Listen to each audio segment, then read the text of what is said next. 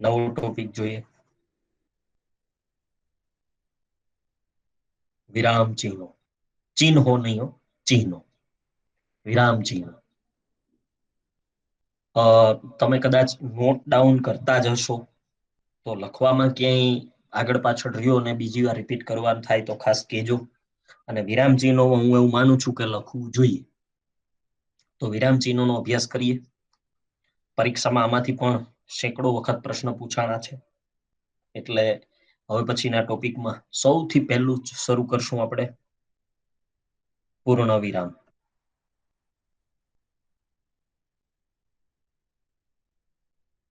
આ ટોપિક કોઈ ભણ્યું હોય મારી પાસે તો યસ લખજો. વિરામ ચિહ્નો ભણી ગયા હોય કોઈ મારી પાસે? હા, વિમલભાઈ. યસ. જનાબા ઝાલા. ગોવિંદ ગઢવી. યસ. ઓકે. 4 ઉમેદવાર છે, 5. કિશનભાઈ. રાઈટ. 4 કે 5 કેન્ડિડેટ છે કે જે ભણ્યા છે. ઓકે. તો વિરામ ચિહ્નો અગ્રવાલ.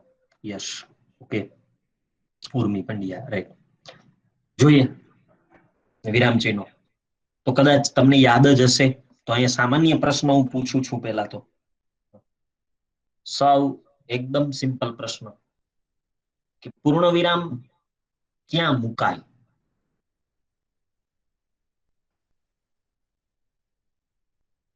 પ્રશ્ન પૂછ્યો છે મેં તમને. કોઈને આન્સર આપવો હોય તો આપી શકે. પૂર્ણ વિરામ ક્યાં મુકાય? વાક્યની અંતમાં. વાક્યના અંતમાં. પૂર્ણ થાય ત્યારે. ઓકે. વિચાર પૂર્ણ થાય ત્યારે. નેક્સ્ટ. ક્રમ દર્શાવવા પછી. ઓકે. Right answer. સૌથી પહેલો પ્રશ્ન કે વાક્ય પૂર્ણ ક્યારે થાય? હા, વાક્ય પૂર્ણ થાય ત્યારે. યસ. જ્યારે વ્યાકરણ વાક્ય પૂર્ણ થાય ત્યારે. Right answer. પણ વાક્ય ખરેખર પૂર્ણ ક્યારે થાય? તો કે સૌથી પહેલા તો વિચાર પૂર્ણ થાય ત્યારે. આ બરાબર સમજો. વિચાર પૂર્ણ થાય ત્યારે વાક્યના અંતે. વાક્ય તો ઘણા હોય, પણ બધા વાક્યના અંતે પૂર્ણ વિરામ ના આવે. જે વાક્યમાં વિચાર પૂરો થતો હોય એ જ વાક્યના અંતે પૂર્ણ વિરામ. બાકી તો ઉદ્ગાર ચિહ્ન આવે, અલ્પ વિરામ આવે વાક્યના અંતે. તો આજે હું કૃદંત ભણાવું છું, વાક્ય પૂરું.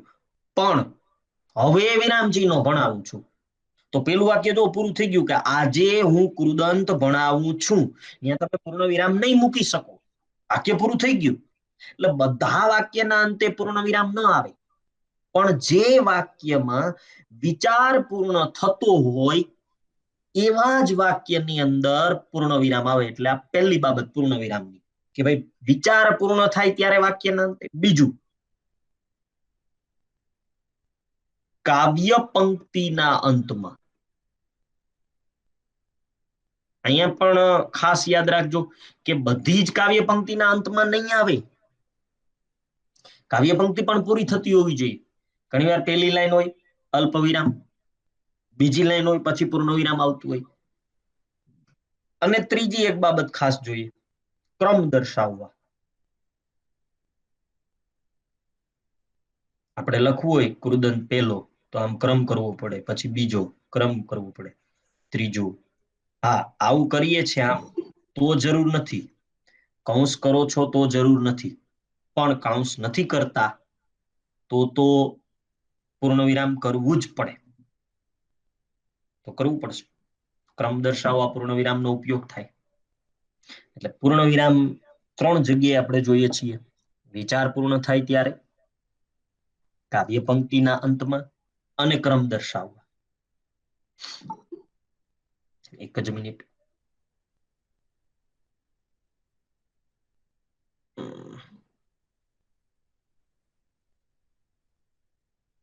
ઓકે.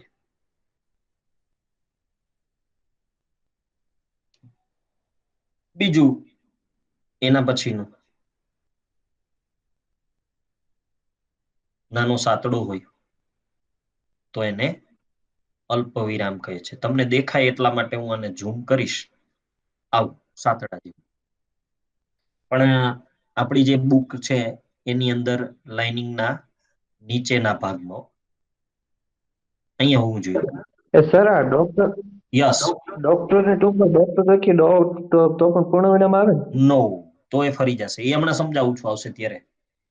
હા, તમે એવું કહેવા માંગો છો કે ડોક્ટર ફલાણા, અથવા તો આપણે કંકોત્રીમાં લખતા હોય ચિરંજીવી ફલાણા સાથે ચિરંજીવી ફલાણી. આ બાંધી દઈએ છે જે ડોટ કરીને. આ પૂર્ણ વિરામ નથી. એ શું છે એ હમણાં સમજાવું છું એનો જ્યારે વારો આવે છે. અથવા તો આની સાથે હવે તમે યાદ અપાયું છે તો લઈ જ લો. ઓકે, જો ડોક્ટરની અંદર ડો લખ્યું છે પછી ડોટ આવ્યું, ચિરંજીવીમાં ડોટ આવ્યું છે, એ પૂર્ણ વિરામ નથી. પરીક્ષામાં આ પણ પૂછાઈ ગયું. અને એ બંનેમાં ભેદ શું એ પણ સમજી ગયો. જો પૂર્ણ વિરામ છે ને એ આવું ઘાટું હશે એકદમ, અને આ જે ડોક્ટર વાળું હશે ખાસ કરીને ઈ પોલું હશે.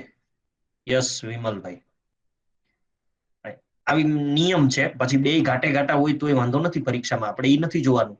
પણ જે આ શોર્ટ નેમ બતાવે આવું ડોક્ટર ને ચિરંજીવીમાં ડો ને ચી ને શોર્ટ નેમ જો બતાવતા હશે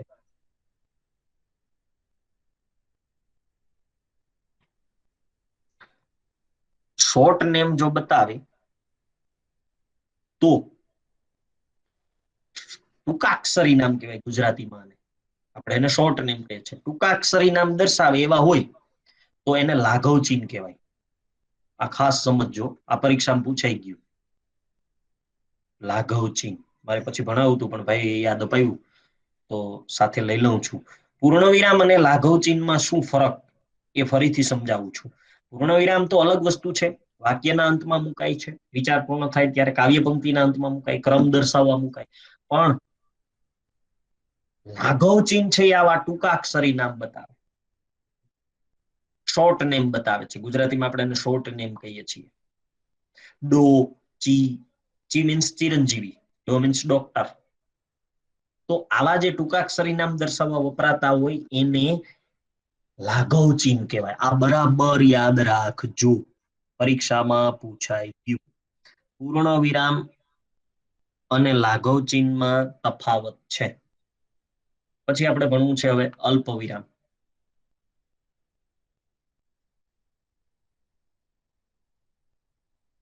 અલ્પ એટલે ઓછું. આવો નાનો સાતડો હોય તો એક તો એની વ્યાખ્યા પણ તમને સમજાવી દઉં પેલા, કે વાક્યમાં સહજ અટકવા આ અલ્પ વિરામનો ઉપયોગ થાય. ગુજરાતી ભાષાનું વાંચન કરવા માટે પણ પરીક્ષામાંથી પ્રશ્ન પૂછે કે આ વાક્ય વાંચતી વખતે તમે ક્યાં અટકશો, આવું પૂછે. આ શબ્દ પછી, આ શબ્દ પહેલા, કે આ શબ્દની આગળ, કે આ શબ્દની પાછળ. અથવા તો એવો પ્રશ્ન આવે કે આ વાક્ય વાંચતી વખતે તમે કેટલી વખત અટકશો.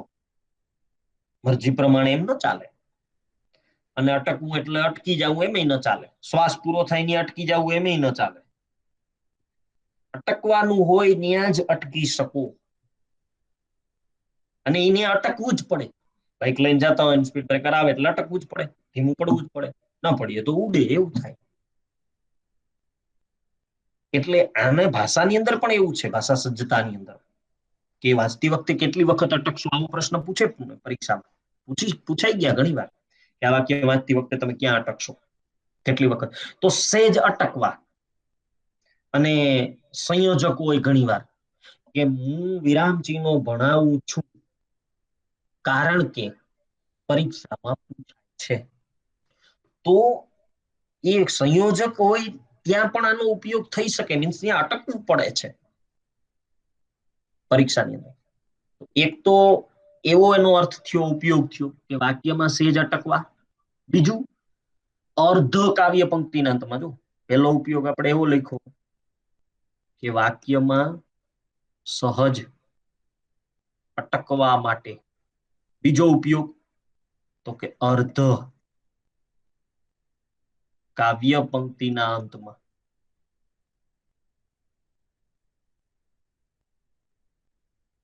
અર્ધ કાવ્ય પંક્તિના અંતમાં. અને ત્રીજો ખાસ સમાન જાતિના નામ દર્શાવવા. સમાન જાતિના નામ, દાખલા તરીકે એક જ જાતિના નામ લખવા હોય કે રામ પછી અલ્પવિરામ લક્ષ્મણ અલ્પવિરામ ભરત. હવે છેલ્લે ચોથું નામ આવે પછી નો આવે, પછી અને સંયોજક મૂકો, સંયોજક અને અલ્પવિરામ અહીં બે ભેગું નહીં આવે, આ શક્ય નથી. સમાન જાતિના નામ દર્શાવવા, વાક્યમાં સહજ અટકવા અથવા અર્ધ કાવ્ય પંક્તિના અંતમાં અલ્પ વિરામ મૂકવામાં આવે. બહુ સિમ્પલ છે, પણ આમાંથી પૂછે તો આવું પૂછી શકે કે ભાઈ નીચેનામાંથી વાક્યમાં સહજ અટકવા માટે કયા વિરામ ચિહ્નનો ઉપયોગ થાય, અથવા આ વાક્યમાં કયા વિરામ ચિહ્નનો ઉપયોગ થઈ શકે, આવું પણ પૂછે. અલ્પ વિરામ ખૂબ સહેલી બાબત છે. એના પછી એક જ મિનિટ.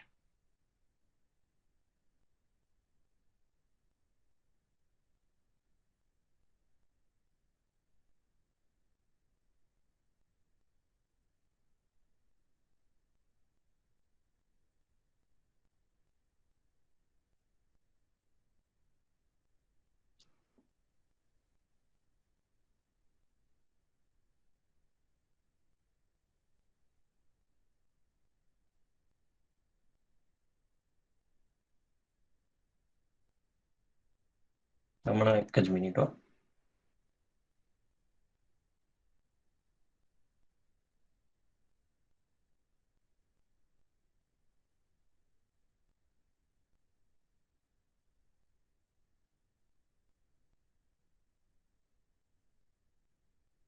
ચાલો આગળ આવીએ, જોઈએ. હવે જો વાત કરતા હતા આપણે, અલ્પવિરામ પૂરું કર્યું, એના પછી આવશે અર્ધ વિરામ. આ ખૂબ ઉપયોગી. અર્ધવિરામ છે એ સેમિકોલન જેવું દેખાય છે. જો સાતડો થોડુંક અહીંયા બાજુમાં તમને દેખાય એટલે એને ઝૂમ કરું છું, આવું હોય. સાતડો હોય નાનો અને એની ઉપર પાછું પૂર્ણ વિરામ કર્યું હોય. આ અર્ધવિરામ છે. પરીક્ષામાં અર્ધવિરામ નો ઉપયોગ શું એને ધ્યાનમાં રાખીને આપણે ચર્ચા કરી લઈએ. ઓળખવું તો સહેલું લાગે, આગળ જતા એવા વિરામ ચિહ્ન આવશે જે આપણે ક્યારેય જોયા ન હોય, વિચિત્ર લાગે સાવ. તો અર્ધવિરામનો ઉપયોગ શું એ પણ જોઈએ. સમાન જાતિના નામ હમણાં જોયા હતા, રામ લક્ષ્મણ ભરત, એવા સમાન જાતિના વાક્ય પણ આવે. હા, એક તો કાવ્ય પંક્તિના અંતમાં તમે જોઈ શકો, અર્ધ કાવ્ય પંક્તિના અંતમાં, અર્ધ કાવ્ય પંક્તિના અંતમાં છેલ્લે કાવ્ય પંક્તિ હોય ને આવું હોય, પછી પૂરું થાય કાવ્ય પંક્તિ ત્યારે પાછું પૂર્ણ વિરામ આવી શકે, આવું બને. બીજો ઉપયોગ આનો તો કે સમાન જાતિના વાક્ય હોય ત્યારે આનો ઉપયોગ થાય, આખા વાક્યો. કે હું વ્યાકરણનો અભ્યાસ કરું છું, પછી અર્ધવિરામ. પરીક્ષામાં સફળ થવા માટે, પાછું અર્ધવિરામ. પરીક્ષામાં વધારે ગુણ પ્રાપ્ત કરવા માટે, પાછું અર્ધવિરામ. ભાષાની સમજ કેળવવા માટે. જો આ બધા એક જ જાતિના વાક્ય છે, કે હજી મેં પૂરું નથી કર્યું, તો આ બધા વાક્યને અર્ધવિરામ ના સ્ટોપથી અટકાવી શકાય. અર્ધું, પૂર્ણ અલ્પ એટલે ઓછું, અર્ધ એટલે અડધું. અલ્પ વિરામથી વધારે ને પૂર્ણ વિરામથી ઓછું, એ બે વચ્ચેનું આ અર્ધવિરામ. પૂર્ણથી ઓછું ને અલ્પથી વધારે એટલે અર્ધવિરામ. એ બંનેની જગ્યાએ અર્ધવિરામ મૂકવામાં આવે. એટલે આપણે એવી રીતે યાદ રાખશું કે અર્ધકાવ્ય પંક્તિના અંતમાં અને સમાન જાતિના વાક્યમાં અટકવા માટે આનો ઉપયોગ થાય. પછી જોઈએ અર્ધવિરામ પછીનું આગળનું, ખાસ કરી ખૂબ ઉપયોગી. સર હાજી હાજી, બોલો બોલો. અર્ધ કાવ્ય પંક્તિ હોય એમાં પાછળ અલ્પ વિરામ આવે, અર્ધ વિરામ આવે, એ ક્યારે ખબર પડે? Yes, good question. ઘણી વાર જો એવું થાય કે કાવ્ય પંક્તિમાં કવિઓ જ્યારે કાવ્ય લખતા હોય ત્યારે એ કવિનો વિચાર કઈ રીતે કામ કરે છે. જો બંને કાવ્ય પંક્તિના વિચાર અલગ છે અને અટકવું છે તો અલ્પવિરામથી અટકશે. પણ બે કાવ્ય પંક્તિમાં વચ્ચે ક્યાંક કાવ્ય પંક્તિ એક જ કાવ્ય પંક્તિની અંદર વિચાર એક સરખો છે અને સમાન જાતિના બે કાવ્ય પંક્તિ છે. આપણે સમાન જાતિના વાક્યની વાત થાય છે એમ સમાન જાતિની કાવ્ય પંક્તિ કોઈ અર્ધવિરામથી અટકશે, પણ બેમાં કંઈક અલગ અલગ ભાવ એને રજૂ કરવો છે તો એ અલ્પવિરામથી અટકશે. અને કવિઓ તો આનો જે ઉપયોગ કરે છે, આઈ થિંક વડાવી બા આવી સોનેટ છે નટવરલાલ પંડ્યાનું ઉષ્ણસ 8મા ધોરણમાં આવે છે, 99% હું ન ભૂલતો હોઉં તો. એ વડાવી બા આવી સોનેટ 14 પંક્તિમાં હોય, ઇટાલિયન કાવ્ય પ્રકાર છે સોનેટ. એના પિતા બકર ઠાકોર છે. એ 14 લીટીના કાવ્યમાં એને લગભગ બધી કાવ્ય પંક્તિના અંતમાં અર્ધવિરામનો જ ઉપયોગ કર્યો છે, કારણ કે બધું સમાન જાતિનું છે આખું સોનેટ. છેલ્લે એને પૂર્ણ વિરામ મૂક્યું છે ને એનું તો એક રહસ્ય પણ છે. એ મને યોગેન્દ્રભાઈ વ્યાસ, ગુજરાતી ભાષાના ધુરંધર કહેવાય, જે પાઠ્યપુસ્તકના સંપાદક છે, સમીક્ષક છે, સમીક્ષક, આપણી જે ટેક્સ્ટબુક બને એની સમીક્ષા કરે, એને એવું કીધું હતું કે આ અર્ધવિરામ જે નટવરલાલ પંડ્યાએ મૂક્યું છે 14 લીટીના કાવ્યમાં લગભગ 12 કે 11 કાવ્ય પંક્તિના અંતમાં અર્ધવિરામ છે વડાવી બા આવી એમાં. શા માટે આવું? તો કે એ કાવ્ય પંક્તિના અંતની અંદર આખું કાવ્ય બાનું રેખાચિત્ર દોરે છે, એટલે જો વચ્ચે ક્યાંય પૂર્ણ વિરામ મૂકે તો એ અટકી ગયા કહેવાય અને પાછું શરૂ કર્યું કહેવાય, એટલે અહીંયા તૂટે વિચાર કાવ્ય. તો બાનું રેખાચિત્ર તૂટે એ ન ચાલે, બા છે જગતમાં એને કોઈ તોડી ન શકે, એટલે એને છેટ સુધી જઈને છેલ્લે પૂર્ણ કર્યું. ઘણીવાર વિરામ ચિહ્નોનો આ રીતે વિવેકપૂર્વક ઉપયોગ કરતા હોય છે કવિઓ. એ તો એટલે તમારો પ્રશ્ન એવો છે કે અર્ધવિરામ ક્યારે હોય ને અલ્પવિરામ ક્યારે આવી શકે કેમ નક્કી કરવું? જો એક જ સરખી વિચારવાળી કાવ્ય પંક્તિ હોય તો એને અર્ધવિરામથી રજૂ કરી હોય અને એને વિચાર અલગ રજૂ કરવા છે અને કાવ્ય પંક્તિઓ પૂરી નથી કરવી તો અલ્પવિરામ મુકાશે, કે બંને કાવ્ય પંક્તિની અંદર એનો ઓકે સર. વિચાર અલગ. Okay, thank you. નેક્સ્ટ વાત કરીએ છીએ આપણે ગુરુ વિરામની. ગુરુ વિરામ આ જેમની નિશાની જેવું છે. જો 3:4 લખવું હોય ગણિતમાં તો આપણે આવી રીતે લખતા હોય, પણ આ જેમ મેથ્સ ની અંદર છે, ગુજરાતીમાં તો આને ગુરુ વિરામ જ કહેવાય. આ પાછું વિસર્ગ નથી હો, દુઃખની અંદર આવે છે, અધઃપતનમાં આવે છે. જો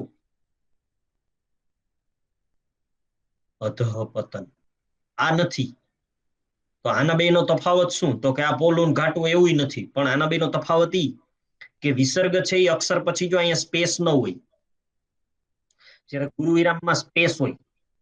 એક આનો ઉપયોગ તમને કહું એટલે હમણાં ખબર પડશે કે રામ બોલ્યા પછી આમ હોય ગુરુ વિરામ, સીતા માતા બોલ્યા પછી આમ હોય ગુરુ વિરામ. તો આ જે વચ્ચે સ્પેસ છે એ સ્પેસ હોય તો સમજવાનું કે આ ગુરુ વિરામ.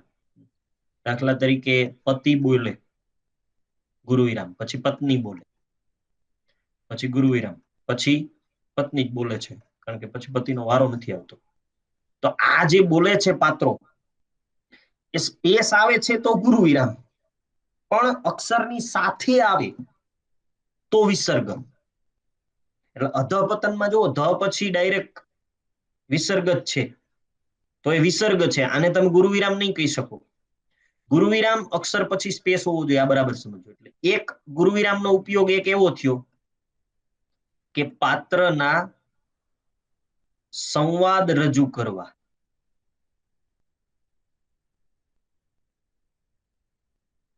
આપેલો ઉપયોગ ગુરુ વિરામનો ખાસ સમજો. આ પાત્રના સંવાદ રજૂ કરવા એટલે આ પાત્રો બોલતા હોય એ રામાયણ મહાભારત અથવા નાટ્ય ખંડ કહી શકાય. પાત્ર વાળું જે કૃતિ હોય એને નાટ્ય ખંડ કહેવાય અથવા નાટ્ય.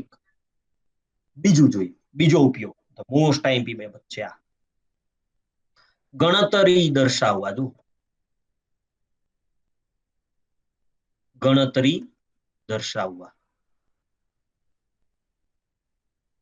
ગણતરી કઈ રીતે દર્શાવવા? જો આપણે એમ લખતા હોય કે વેદ 4 છે અને જો નામ લખવા છે તો ગુરુ વિરામ, પણ તમારે કોકને કેવું છે કે વેદ 4 છે તો પૂર્ણ વિરામ આવી જાય, પણ 4 વેદના નામ તમારે લખવા છે. અહીંયા ઋગ્વેદ, પછી આવે અલ્પ વિરામ, સામવેદ અલ્પ વિરામ, યજુર્વેદ ને અથર્વવેદ.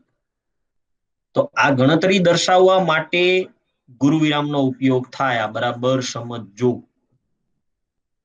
ગુરુ વિરામનો ઉપયોગ પાત્રના સંવાદ રજૂ કરવા અને ગણતરી દર્શાવવા ગુરુ વિરામનો ઉપયોગ કરવામાં આવે. નેક્સ્ટ એના પછીનું જોઈએ, ડેશ કોઈ આવું લઘુ રેખા કહેવાય એને. આનો ઉપયોગ ક્યાં થાય? પહેલો ઉપયોગ લખું છું, સમાસયુક્ત શબ્દ દર્શાવવા. હવે આ સમાસ યુક્ત શબ્દ દર્શાવવા, એ સમાસયુક્ત શબ્દ આની વ્યાખ્યા જ આપણને ન સમજાય, અથવા તો કેવા શબ્દને સમાસયુક્ત ન કહેવાય એ ન ખબર પડે તો આપણને લઘુ રેખા ન સમજાય. તો એના માટે હું તમને એક રીત આપું છું કે સમાસયુક્ત શબ્દ કોને કહેવાય. બે શબ્દ અલગ હોય અને એને ભેગા બતાવ્યા હોય જોડમાં, તો એને સમાસયુક્ત કહેવાય. જોડવાળા શબ્દને સમાસયુક્ત કહેવાય. ઓકે,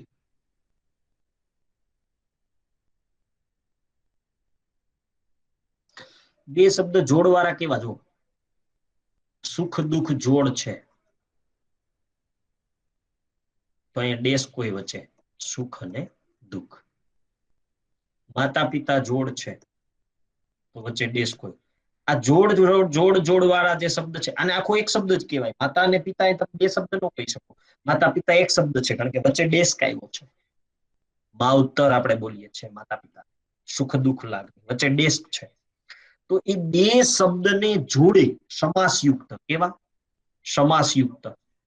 સમાસયુક્ત બે શબ્દને જોડે એને ગુજરાતીમાં લઘુ રેખા કહેવાય. બે શબ્દને જોડે છે, આપણે એને ડેશ તરીકે ઓળખીએ છીએ. સેમ એવી જ લઘુ રેખાની બેન ગુરુ રેખા. આનું કામ શું? તો કે જેમ આ શબ્દને જોડે છે લઘુ રેખા, એમ આ કોને જોડશે? વાક્યને. આ કેવા શબ્દને જોડે? તો કે આવા જોડ. એમ ગુરુ રેખા છે ઈ કેવા વાક્યને જોડે? મન પડે એવા બધા વાક્યને નહીં જોડે, પણ જે ખરેખર સંબંધ દર્શાવતા હશે એકબીજા સાથે એવા બે વાક્યને જોડે. પછી બે થી વધારે ન જોડે કે ભાઈ ગુરુ રેખા કરતા જઈએ જોડતા જઈએ, ગુરુ રેખા કરતા જઈએ જોડતા જઈએ. બે, એક અને બે વાક્યને જોડવા માટે ગુરુ રેખાનો ઉપયોગ થાય. અથવા તો એવું પણ પરીક્ષામાં પૂછાઈ ગયું કે ભાઈ વાક્યમાં કોઈ લખાણ આપણે ભૂલી જતા હોય અને પછી વધારાનું લખાણ વાક્ય રૂપે ઉમેરણ કરવા માટે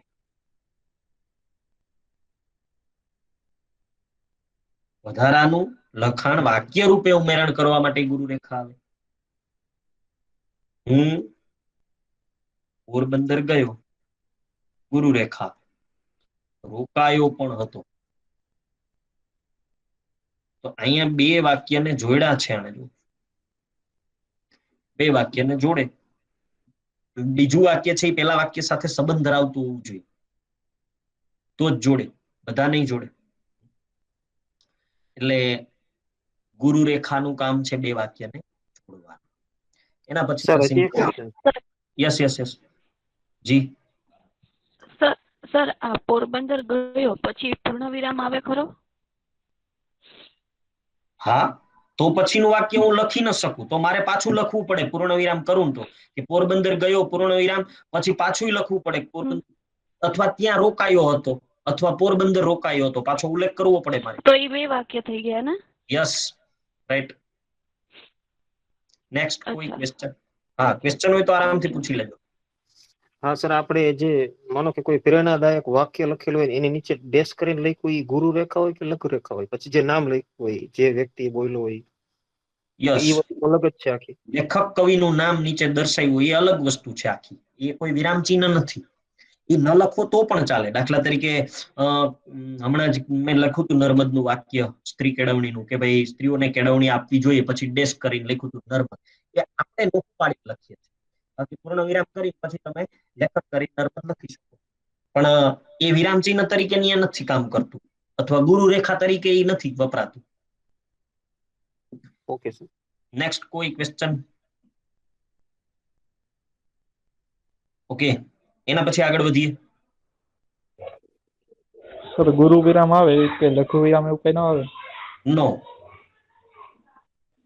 લઘુ વિરામ નથી, લઘુ રેખા છે, ગુરુ રેખા છે, પણ ગુરુ વિરામની જેમ લઘુ વિરામ નહીં આવે. અલ્પ વિરામ એ લઘુ વિરામ ગણી શકાય, પણ એનું નામ નથી, આ તો આપણે ગણીએ છીએ, એનું નામ અલ્પ વિરામ જ છે. નેક્સ્ટ, ઉદ્ગાર ચિહ્ન. આ બહુ સહેલું છે, પણ ભૂલ ખવડાવવા પ્રશ્ન એવો પૂછી શકે, નીચે વાક્ય લખી નાખે કે તમે ખૂબ સરસ ચિત્ર દોરો છો, અથવા ચિત્ર દોર્યું છે કે ચિત્ર દોરો છો. આ વાક્યમાં ક્યાં વિરામ ચિહ્નનો ઉપયોગ થાય, આવો પ્રશ્ન પૂછી નાખે. તમને એવો પ્રશ્ન પૂછે, ઉદ્ગાર ચિહ્ન આપ્યું હોય કે તમે ખૂબ સરસ ચિત્ર દોરો છો, આ વાક્યમાં ક્યાં વિરામ ચિહ્નનો ઉપયોગ થાય, સીધા પ્રશ્ન આવા પૂછી નાખે પરીક્ષા. અથવા તો એમ પણ પૂછે કે નીચેનામાંથી ઉદ્ગાર ચિહ્નનો ઉપયોગ ક્યાં થાય. 4 ઓપ્શન આપ્યા હોય, એ ઓપ્શનમાં તમને એવું કીધું હોય, આશ્ચર્ય દર્શાવવા,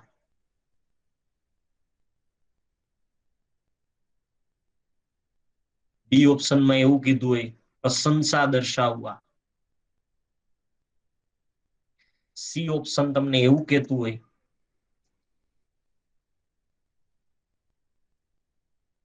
ક્રોધ દર્શાવવા અથવા લાગણી દર્શાવવા. ડી ઓપ્શન એવું હોય, આપેલ તમામ. તો જવાબ શું આવશે? જવાબ શું આવશે અહીંયા? આપેલ તમામ. યસ, આપેલ તમામ.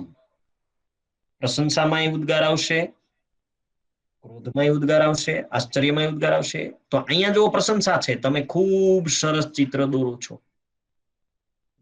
ઘણી વાર શું હોય, બે ઉદ્ગાર ચિહ્ન વાળા વાક્યો હોય.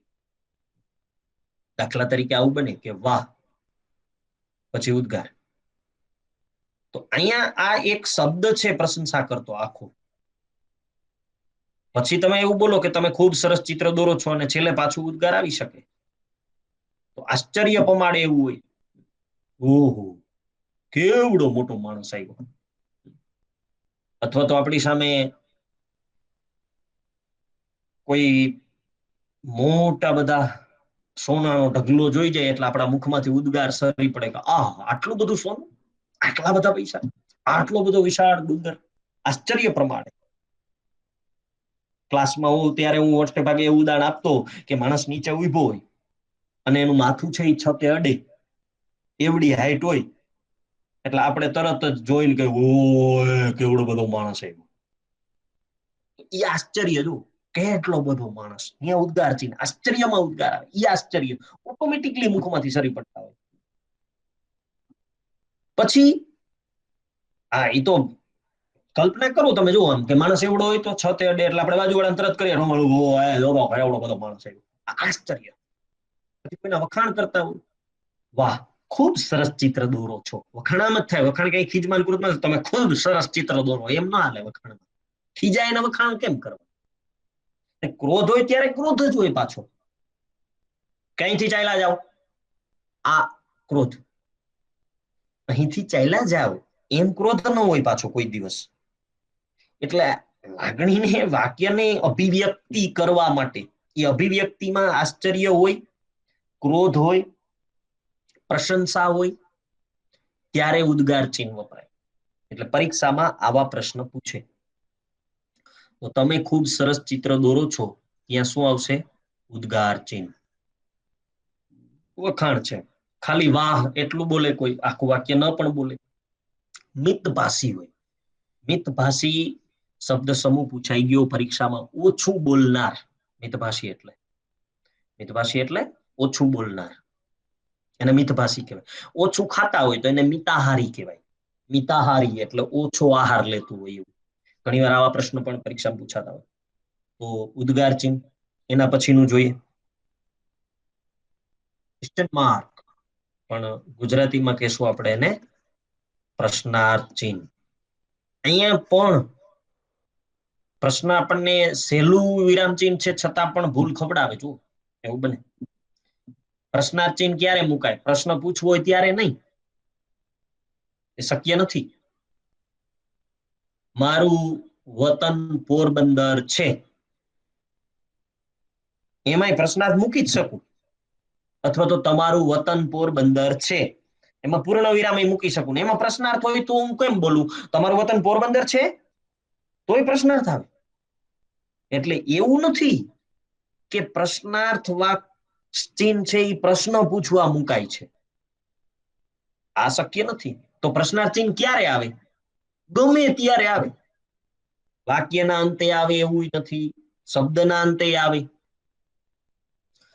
તમે કે હું તમને પ્રશ્ન પૂછું, તમે મને પ્રશ્ન પૂછો કઈ, અને મને ન સમજાય એટલે હું તરત તમને કહું કે શું, તો આજે એટલું લખું છું શું, પછી શું આવે? પ્રશ્નાર્થ. આ થોડું વાક્ય છે? વાક્યનું બચ્ચું છે? નહીં. શબ્દના અંતે આવે, વાક્યના અંતે આવે, ગમે ત્યારે આવે. તો પ્રશ્નાર્થ ચિહ્ન ક્યારે? જો વાક્યના અંતે કે પ્રશ્નાર્થ ચિહ્ન નહીં, પણ એનો નિયમ છે કે કોઈ પણ પ્રકારની માહિતી પ્રાપ્ત કરવા માટે પ્રશ્નાર્થ ચિહ્ન. મેં સીધું પ્રશ્નાર્થ ચિહ્ન કરી નાખ્યું છે, એ આવતું નથી. પણ પછી માહિતી બે પ્રકારની હોય, ઉલટ અને સુલટ. એમાં આપણે મોટે ભાગે ઉલટનો જ ઉપયોગ કરતા હોય. સુલટ ઈ છે કે ભાઈ તમારું નામ શું છે? આ સુલટ. તમારું નામ શું છે? ને ઉલટી કે તમારું નામ જીતેનભાઈ કે નહીં, અથવા ખાલી જીતેનભાઈ. આમે યાર તમારું નામ જીતેનભાઈ, તો આ ઉલટ. મીન્સ હું કન્ફર્મ કરું છું, મને ખબર છે. ક્લાસમાં હું બહુ કહેતો હોય બાળકને તૈયાર કરીએ આપણે, આમ તો મમ્મી તૈયાર કરતી હોય, સ્કૂલ ડ્રેસ પહેરાવે ને સ્કૂલ બેગ આપે ને વોટર બેગ આપે, પછી બસમાં બેસાડવા જાય તો એમાંય સ્કૂલ બેગ તો મમ્મીએ જ ઉપાડી હોય. બાળક તો મનમાં હાલ્યું જતું હોય, ટગું મગું મેગી ખાઈ. યાદ રાખજો, તનની તંદુરસ્તી માટે સૌથી પહેલા છે શુદ્ધ પૌષ્ટિક આહાર. અત્યારે તો ખાસ બહારની વસ્તુ જરાય ન ખાઓ. પછી શુદ્ધ પાણી, શુદ્ધ હવા. એટલે બાળકને સક્ષમ બનાવવા માટે. અને પછી આપણે જો ઘણી વાર એવું થતું હોય, આપણે કહેતા હોય કે ભરેલ કારેલાનું શાક ન ભાવે, આપણે જ આવું બોલીએ ને એટલે અનુકરણ એવું થાય જ. બાકી આપણે જ બનાવીને ખાઈએ તો પછીની પેઢી ખાવાની જ છે.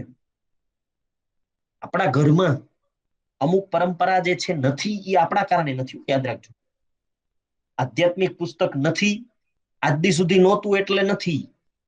તમે એની આદત પાડો. You are educated. તમારા ઘરમાં સારા પુસ્તક હોવા જ જોઈએ. જે ઘરની અંદર સારા પુસ્તક ન હોય એ ઘરની અંદર નવા વિચારો ખીલવવા બહુ મુશ્કેલ છે. યાદ રાખજો, પુસ્તક છે ને તમને નવો વિચાર આપે છે. અરે અત્યારે તો તમને સમય મળ્યો છે. વાંચન, જો જે વ્યક્તિ વાંચન મૂકી દેશે ને એને આગળ વધવું ખૂબ મુશ્કેલ બનશે. એટલે આપણી આવનારી પેઢીને આ ટેવ કેળવવા માટે આપણે કંઈક વાંચવું પડશે. લગભગ બધા વાકેફ હશો, પણ મને બહુ ઝાખું યાદ છે, એટલું બધું નહીં. એક બેન છે, મુસાફરી કરે છે, એની બાજુમાં બાળક છે. એ બેન પણ પુસ્તક વાંચે ને પેલું બાળક પણ વાર્તાની ચોપડી કંઈક વાંચતું હોય છે. 8-10 વર્ષનું બાળક હશે, એ વાંચતું હતું. એટલે બીજી બેને એને પ્રશ્ન પૂછ્યો કે આ બહુ આશ્ચર્ય, તમારું બાળક પુસ્તક વાંચે મુસાફરીમાં? તો કે હા. તમારું બાળક તો મોબાઈલ યુઝ કરે. કે હા, કરતું હશે, પણ કે આ કેમ શક્ય બન્યું? કે મેં ક્યારેય મુસાફરી વખતે મોબાઈલ હાથમાં લીધો જ નથી. હું કાયમ પુસ્તક જ વાંચું. એટલે સ્વાભાવિક છે, બાળક જોઈને પુસ્તક વાંચવા જ પ્રેરાય છે, જોઈને જ શીખે છે બાળક. આપણે પણ એ કરવાનું છે. ભલે આખું ન વાંચીએ તો કઈ નહીં, ન સમજાય તોય કઈ નહીં, પણ થોડી ઘરની અંદર, જીવનની અંદર, પરિવારની અંદર આ પરંપરાને કેળવવા માટે આપણે થોડાક સહભાગી બનીએ, સાચા રસ્તે જવા માટે. દેખાવ નથી કરવા,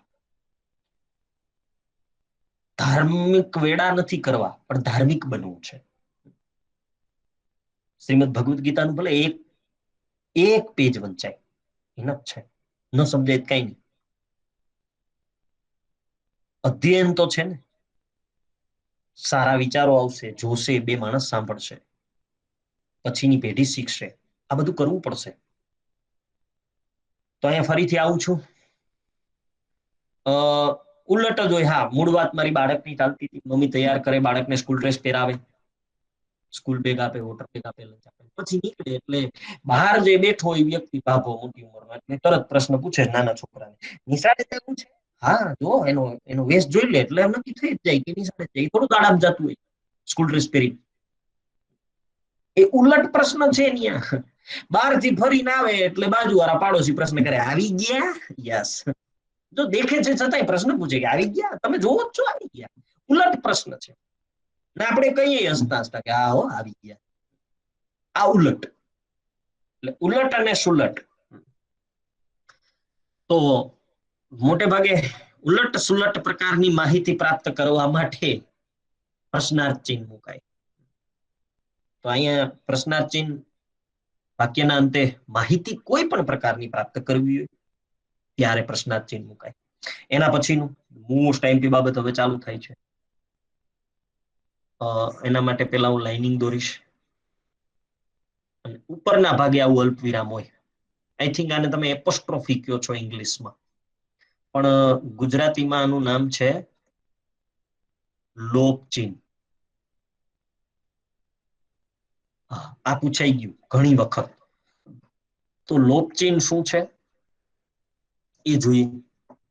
ને ઘણી વખત આ પરીક્ષામાં પૂછાઈ ગયું. ઇંગ્લિશમાં એનો ઉપયોગ થાય જ છે. આ ઇઝ નોટ છે એને આપણે શોર્ટ રૂપે આમ લખતા જોયું જશે. મને તો બહુ ઇંગ્લિશ ન ફાવે. ઇઝન્ટ એપોસ્ટ્રોફી એસ નો ઉપયોગ ગુજરાતીમાં આવે જ છે. જો કેટલા દાડા રોકાવાના.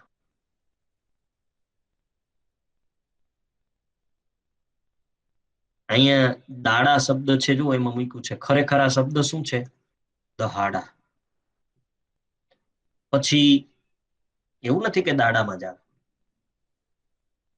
મીરાબાઈની એક પંક્તિ છે, બીજો એની તોલે નાવે રે. નાવે મીન્સ ન આવે. તો આ જે ઉપર છે એ અહીંથી અ ના બદલે આ વિરામ ચિહ્ન મૂકવામાં આવ્યું. અહીંયા હ ના બદલે આ વિરામ ચિહ્ન મૂકવામાં આવ્યું. યસ ગોવિંદભાઈ, રા નવગણ, રાવ નવગણ લોપ બતાવે છે. એક અક્ષરનો લોપ બતાવે એને લોપ ચિહ્ન કહેવામાં આવે. એટલે અહીંયા ખાસ વ્યાખ્યાની સમજી લેજો કે શબ્દમાંથી એક અક્ષરનો લોપ દર્શાવે. શબ્દમાંથી એક અક્ષરનો લોપ બતાવે. આખો શબ્દ ઉડાડે નહીં. ઘણી વાર એવું બને કે આખો શબ્દ પણ ઉડાડે તો વાંધો નથી, પણ મોટે ભાગે એનો ઉપયોગ એક અક્ષરનો. જો ઇઝ નોટમાં પણ ઓ નો લોપ બતાવ્યો. ઓ ઇઝન્ટ લખો છો ત્યારે તમે ઓ નથી લખતા. કામ તો એને લોપ ચિહ્ન જ કર્યું, ઓ નો લોપ કર્યો. બીજા વાક્યમાં હ નો લોપ થયો છે, હા નો નથી થયો, કારણ કે દ માંથી દા થઈ ગયો. અને કાનો હા હતો એ કાનો દા ભેગો દ ભેગો વયો ગયો. તો લોપ ચિહ્ન છે એ લોપ દર્શાવે છે એક અક્ષરનો. પછીનું વિરામ ચિહ્ન dot dot dot dot dot વગેરે કરીને કરતા હોય. આનું નામ છે લોપક ચિહ્ન. આ શું કરે તો કે અધૂરા વાક્યનો લોપ દર્શાવે. ખટુ ડોશી નો દીકરો મૃત્યુ પામ્યો અને પછી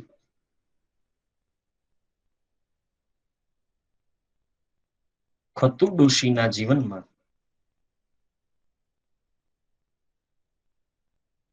આમ હોય એટલે આપણે તરત કલ્પના કરવા માંડીએ કે પછી ખતુ ડોશીના જીવનમાં દુઃખના ડુંગર તૂટી પડ્યા હશે, અથવા ખતુ ડોશીનું જીવન કાયમી દુઃખી થઈ ગયું હશે, ખતુ ડોશીના જીવનમાં કાયમ સમસ્યાઓ આવી હશે, ખતુ ડોશીના જીવનમાં કાયમ સંકટો આવ્યા હશે, આવું આપણે કલ્પના કરવા માંડીએ અધૂરું વાક્ય, આપણે સમજી જાય કે આવું કંઈક કહેવા માંગે છે. પછીનું જે ખતુ ડોશીનું જીવન છે એ ખૂબ દુઃખ ભરેલું છે. એટલે પરીક્ષામાં પૂછાયેલો પ્રશ્ન મોસ્ટ આઈપી કે લોપક ચિહ્નનો ઉપયોગ શું, તો કે વાચકના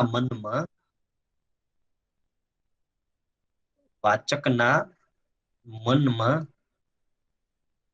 જિજ્ઞાસા વૃત્તિ જગાડે.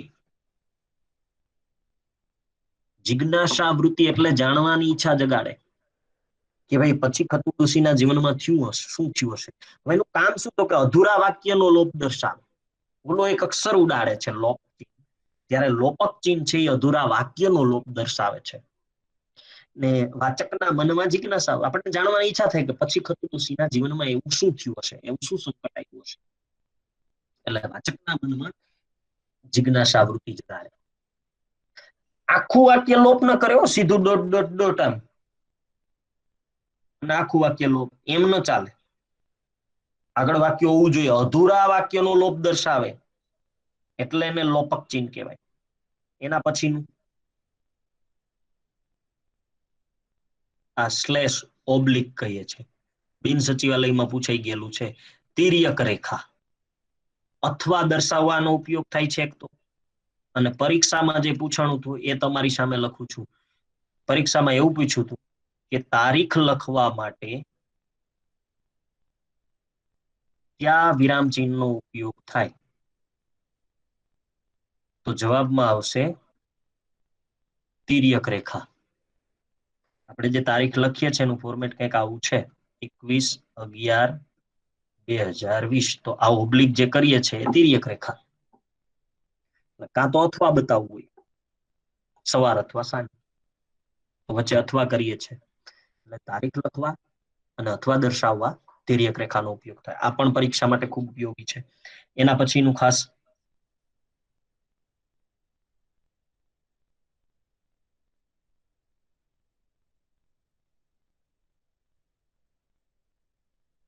લેમડા જેવી આવી નિશાની આવે. આનું નામ છે કાકપદ અથવા ઘોડી.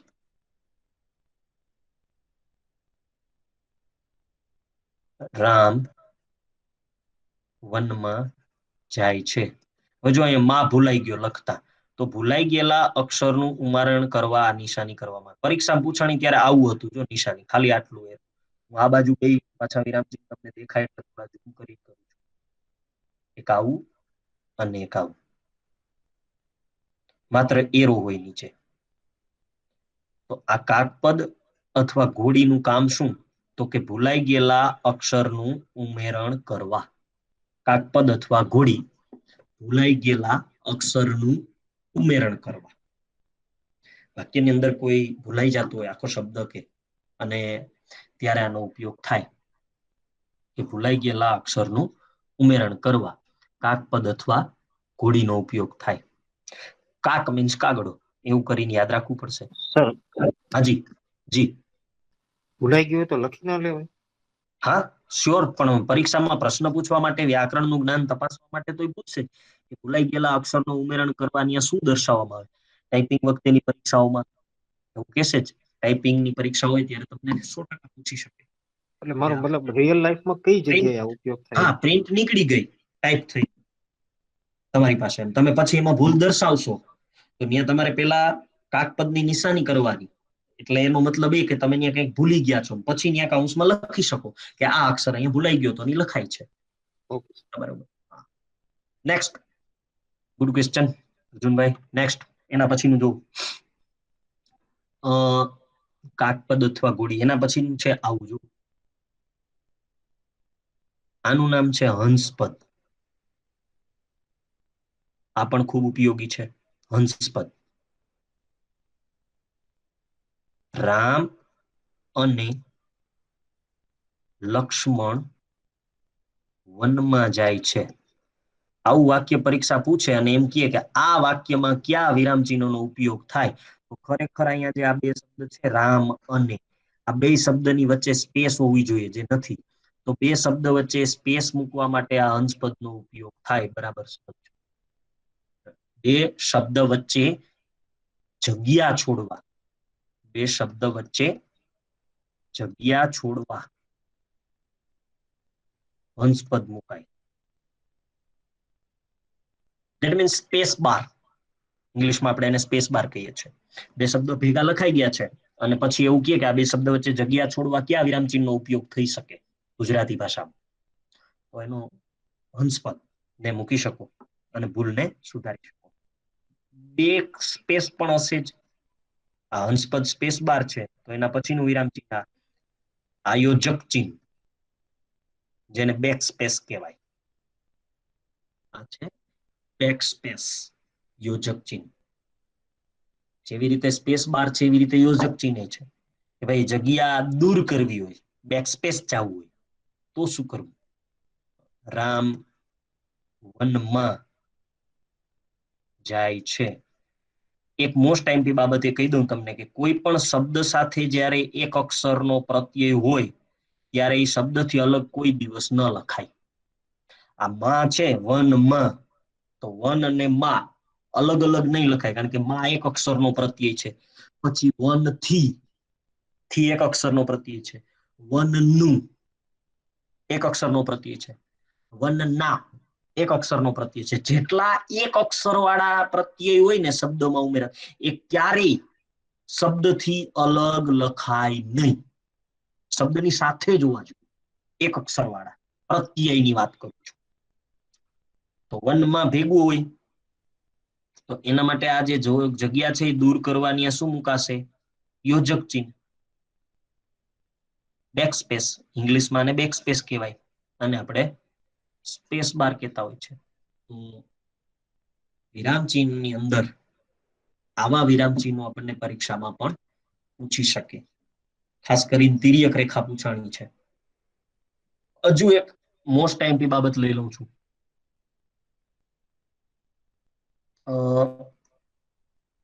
ઉપરના ભાગે આવું ડબલ હોય, આ ઇન્વર્ટેડ કોમા નથી.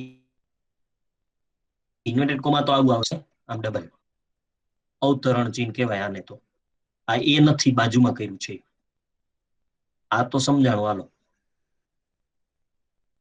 પણ આ જે વસ્તુ અહીંયા તમારી પાસે મૂકું છું એને કહેવાય એજન્ટ ચિહ્ન. આ બરાબર સમજજો. આપણે નામ લખતા હોય કે ભાઈ જીતેનભાઈ રાજકોટ, પછી લખતા હોય મનીષભાઈ, એ પણ રાજકોટ કરવું હોય તો આપણે આવું કરી નાખીએ, જગતભાઈ, પછી આપણે આવું કરી નાખીએ. મીન્સ ઉપરોક્ત લખાણનું અનુકરણ કરવા, કોપી પેસ્ટ કરીએ છીએ આપણે, એવું જ બતાવીએ છીએ. ઉપરોક્ત લખાણનું અનુકરણ કરવા, ઉપરોક્ત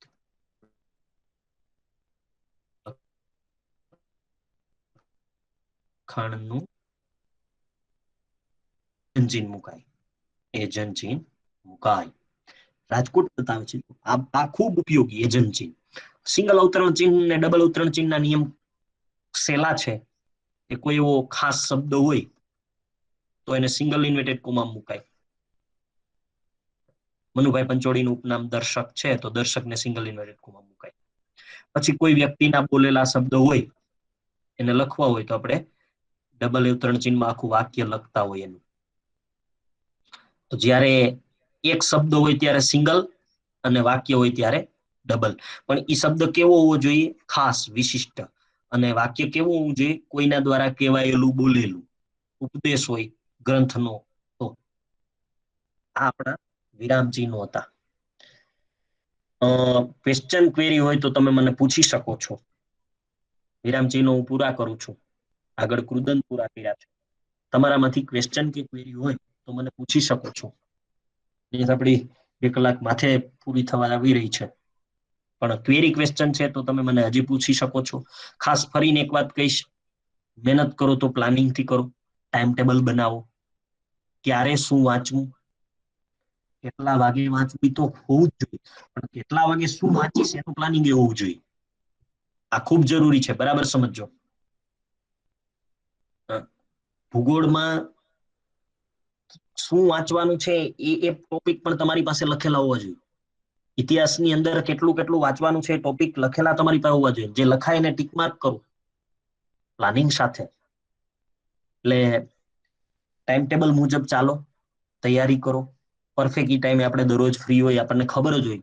ક્યારેક અઠવાડિયામાં એકાદ વાર એવું થાય કે આપણે એ મુજબ અનુસરી ન શકીએ તો કશું વાંધો નથી, પણ ટાઈમ ટેબલ હશે તો વાંચવાની ઈચ્છા થશે અને આપણું મન, આપણું શરીર અને આપણો વિચાર ત્રણેય ટેવાઈ જશે કે ડેઈલી આટલા વાગે આ કરવા બેસવું એટલે બેસવું જ.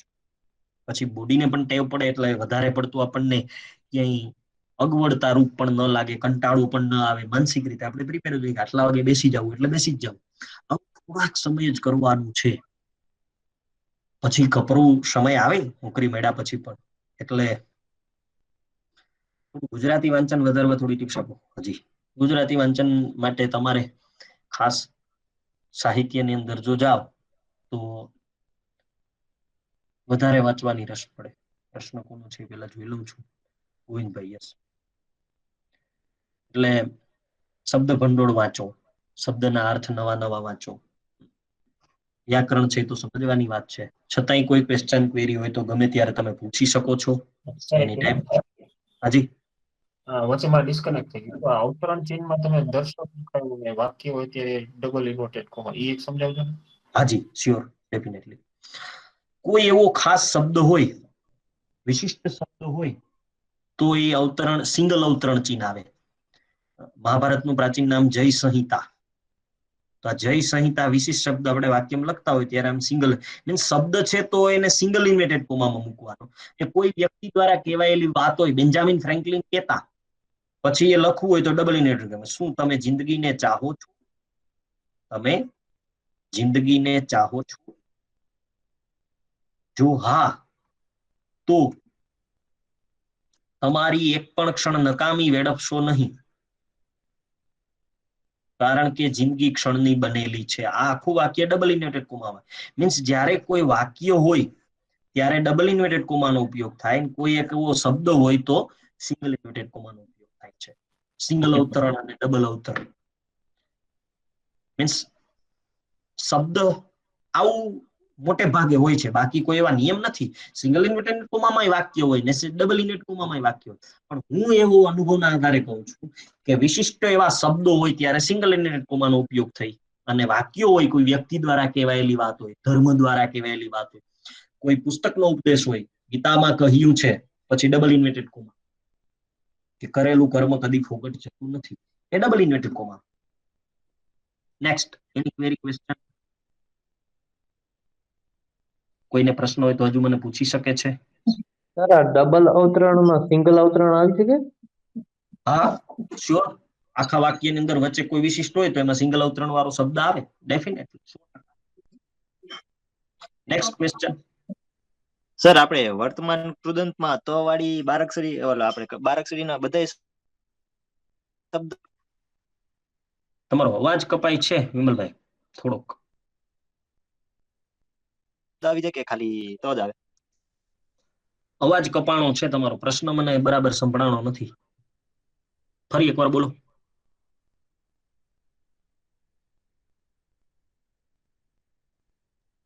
સર આપણે નથી એવો અવાજ. હાજી, ઓકે. નથી વિમલભાઈ અવાજ આવતો. ઓકે, તમે કદાચ એવું કહેવા માંગો છો કે ભાઈ વર્તમાન કૃદંત તો છે તો એમાં બારાક્ષરીના બધા જ તો હતા, પણ બધામાંથી પ્રત્યય બનતા નથી ક્રિયાપદના. તઈમાંથી ન બને ને, તઈ વાળો પ્રત્યય આવતો એવું ક્રિયાપદ ન બને, એટલે તો તા તી તું એટલું બને વધીને. તો તા તી, લખતો, લખતી, લખતું અને લખતા. પછી લખતે ન બને ગુજરાતીમાં. આખી બારાક્ષરી લાઈન છે. આપણે તો થી મતલબ છે, કાના માત્રાથી મતલબ નથી વર્તમાન કૃદંત. નેક્સ્ટ કોઈ ક્વેરી, ક્વેશ્ચન? યસ વિમલભાઈ. અન્ય કોઈ ક્વેશ્ચન ક્વેરી હોય તો તમે મને પૂછી શકો છો. ઓકે, આશા રાખું છું મને 2 કલાક હસતા રમતા પસાર થઈ ગઈ. તમને પણ થોડો ઘણો કંટાળો ઓનલાઈનમાં આવ્યો હોય તો માફી ચાહું છું, પણ પ્રયત્ન એવા કર્યા છે કે આનંદથી ભણ્યા છે. છતાંય આ ટોપિકમાં હજુ કોઈને ક્યાંય ન સમજાતું હોય તો તમે પૂછી શકો છો. આવું ટીટીસી એકેડેમી જ કહી શકે, એ હું ગર્વથી કહી શકું. કોઈ પણ ફેકલ્ટી આટલું ભણાવ્યા પછી પણ તમે અમને પ્રશ્નો પૂછી શકો છો ઓનલાઈન માધ્યમથી, ફોન દ્વારા, ગમે ત્યારે. ક્વેશ્ચન ક્વેરી હશે તો 100% સોલ્વ કરશું. મહેનત કરો. Hello sir. જી જી જી જી. સર ભૂત કૃદંતમાં ય પ્રતિ અને એલ પ્રતિને મને 2-3 શબ્દ આપો ને. લખ્યા, વાંચ્યા, ચાલ્યા, આયો. ઓકે. રહ્યા, પછી રમેલું, ગમેલું, લખેલું, ચાલેલું, આવેલું. નેક્સ્ટ કોઈ? Okay sir. Okay, thank you. તો લેક્ચરને પૂરો કરીએ છીએ. ખૂબ મજા આવી છે અને ફરીથી મળશું ઓનલાઈન લેક્ચરમાં. ત્યાં સુધી લેક્ચર પૂરો કરીએ. Thank you. ધન્યવાદ. અમદાવાદ.